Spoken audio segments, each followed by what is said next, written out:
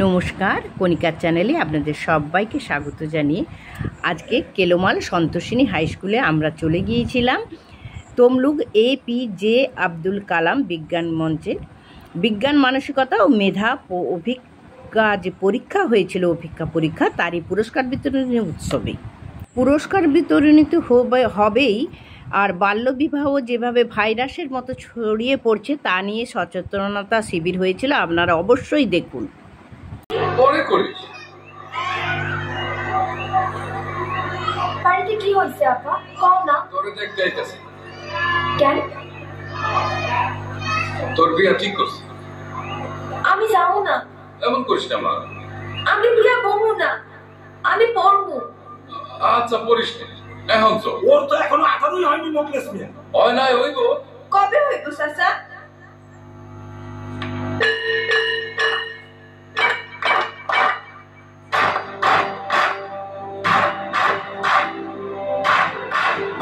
বাল্য বিয়ের দায়ভার আমাদের সব, তাই বাল্য বিয়ে দেখলেই প্রতিবাদ করুন, রুখে দাঁড়ান, খবর দিন স্থানীয় প্রশাসন। পুরস্কার বিতরণ হতে হবে আর হচ্ছে। আর আমাদের সম্পাদক বিজ্ঞান মঞ্চের বিষ্ণুপদ বাসুলির মুখ থেকে কিছু কথা শুনে নেওয়া যাক। প্রায় 41,000 স্টুডেন্ট এই মেধা অভিজ্ঞায় অংশগ্রহণ করেছিল। দ্বিতীয় শ্রেণী থেকে নবম শ্রেণী পর্যন্ত এই মেধা অভিজ্ঞা সংগঠিত হয়ে থাকে, সারা রাজ্য জুড়েই হয়, তবে প্রতিটি জেলার উদ্যোগের বিষয়টা সংগঠিত হয়ে থাকে। আমাদের জেলাতে প্রায় 41,000 ছাত্রছাত্রী এই অভিজ্ঞায় অংশগ্রহণ করেছিল। আমাদের তমলুক ব্লকের উদ্যোগে 13টি অভিজ্ঞা কেন্দ্র, 13টি সেন্টারে অভিজ্ঞায় অংশগ্রহণ করেছিল প্রায় 2246 জন, 2246 জন। এবং এই 2246 জনের মধ্যে আমাদের নম্বরের যে সিস্টেম থাকে, গ্রেড A+ এবং A, এই যে তিনটা গ্রেড হয়, যারা গ্রেড পেয়েছে তারা হচ্ছে 80-র উপরে, 80 থেকে 100-র মধ্যে। যারা A+ তারা 65 থেকে 79 পর্যন্ত। যারা A 50 থেকে 64 পর্যন্ত। এবং এই যে অভিজ্ঞাটা হয়, আপনারা জানবেন যারা দীর্ঘদিন পরীক্ষা দিয়ে এসছে, এই বছর যারা মাধ্যমিক পরীক্ষায় 10ম স্থানের মধ্যে আমাদের জেলাতে স্থান করেছে, তারাও এই পরীক্ষায় জেলাতে প্রথম দ্বিতীয় তৃতীয়ের মধ্যে ছিল।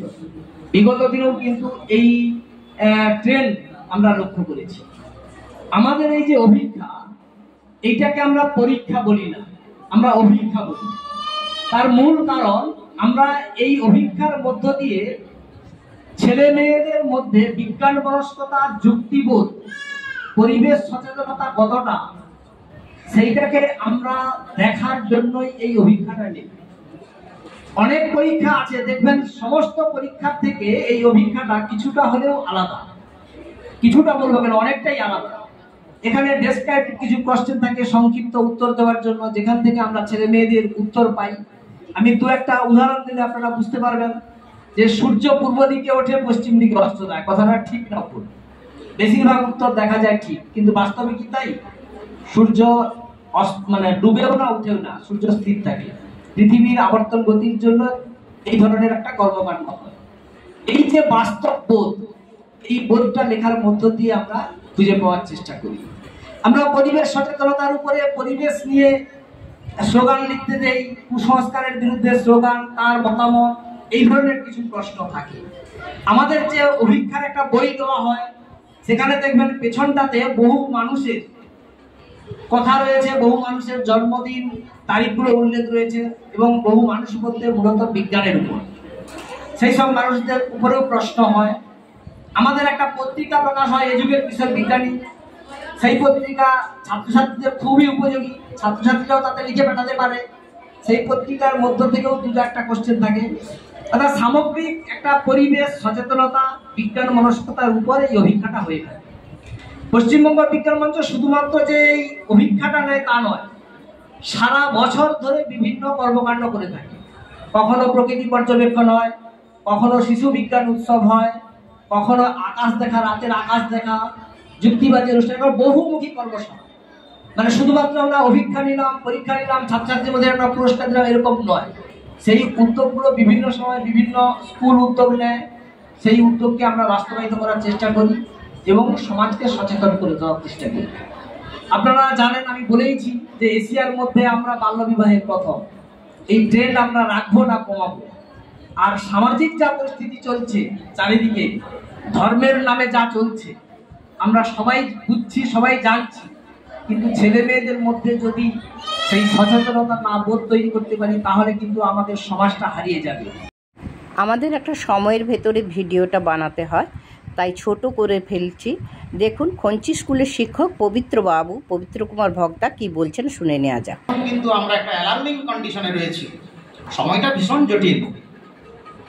ডব্লিউ.বি. ইয়েটস বলছেন তার 100 বছর একটা কবিতা হয়ে গেল, তবুও সেই কবিতা এখন পাঠ্যপুস্তকে পড়তে হচ্ছে।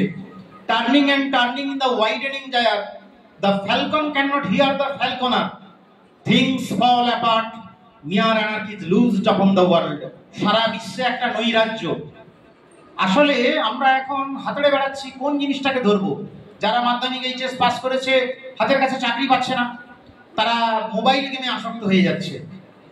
মেয়েরা যারা এরপরে কি করবে খুঁজে পাচ্ছে না, দারিদ্র, যৌতুক, নানা রকম সমস্যায় তারা ভাবছে যে এরপরে তো আমার কি হবে, চাকরি যদি না করি, বাবা মা যদি বিয়ে না দেয়, তার চেয়ে বরং প্রেম করে হোক, যে করে হোক চলে যাই। আর যারা আরো অত্যন্ত বিলো পভার্টি লেভেলে রয়েছেন, সে সমস্ত মেয়ে ভাবছে তোর পড়াশোনা করে কি হবে, পারলাম না পারলাম, স্যারেদের অত বকুনি খেয়ে লাভ নেই। তোমরা হয়তো নয়, তোমরা এখানে কৃতি ছাত্রীরাই রয়েছো, কিন্তু এই সজাগতা, এই সচেতনতাটা কিন্তু আমাদের ক্লাসরুমে পৌঁছে দিতে হবে, না হলে কিন্তু সমূহ বিপদ। কি বিপদ?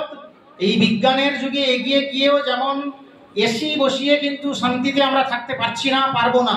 কারণ ঘরে 20 ডিগ্রি টেম্পারেচারে থেকে বাইরে হঠাৎ করে যখন 45 ডিগ্রিতে বেরিয়ে যাব, কি হবে অসুবিধা? হার্ট অ্যাটাক হবে, অনেক আরো নানা রকমের সমস্যা হবে। তাই হচ্ছে এখন, আগে হার্ট অ্যাটাক বলে এত পেশেন্ট হতো না, আপনারা সকলেই জানেন। ঠিক তেমনি ভাবে সমাজ যেখানে এগোচ্ছে বলে আমরা বলছি, নানা রকম পুরস্কারে মেয়েদের উজ্জীবিত করার জন্য আমাদের ভারতবর্ষের প্রতিনিধিত্ব 286 দিনের বেশি মহাকাশ যাপন করে ফিরে আসছে, তাকে উদযাপন করছি ধর্ম বর্ণ নির্বিশেষে।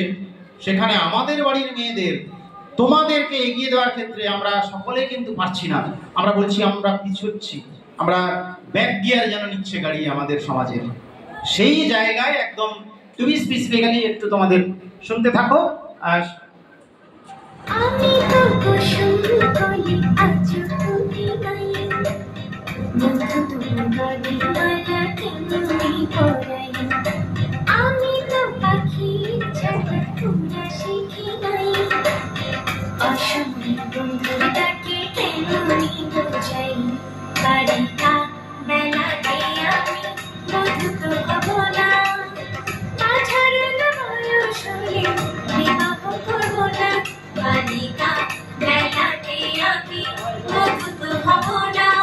তাই বালিকা বেলাতে কোনোভাবেই বধূ নয়। কেন? বধূ হলে লাভ কি? সবাইকে তো বিয়ে করতে হবে